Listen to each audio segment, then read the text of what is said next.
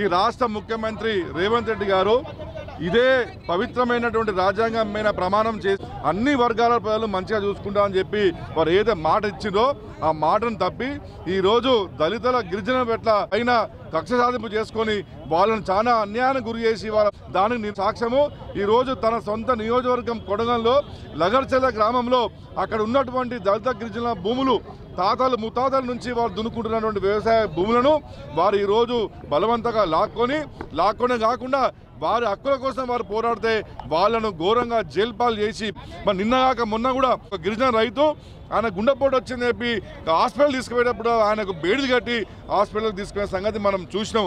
ఈరోజు మేము బాబాసాహెబ్ అంబేద్కర్ గారికి విజ్ఞప్తి చేస్తున్నాము. మా యొక్క వినతి పత్రం ద్వారా రచించినటువంటి రాజ్యాంగ స్ఫూర్తికి వ్యతిరేకంగా ఈ రాష్ట్ర ముఖ్యమంత్రి రేవంత్ రెడ్డి గారు పనిచేస్తున్నారు. ఆయనకు ప్రభుత్వానికి కొంచెం వివేకం ప్రదర్శించండి, తెలివితేటలు వచ్చే విధంగా ఆయనను కోరండి.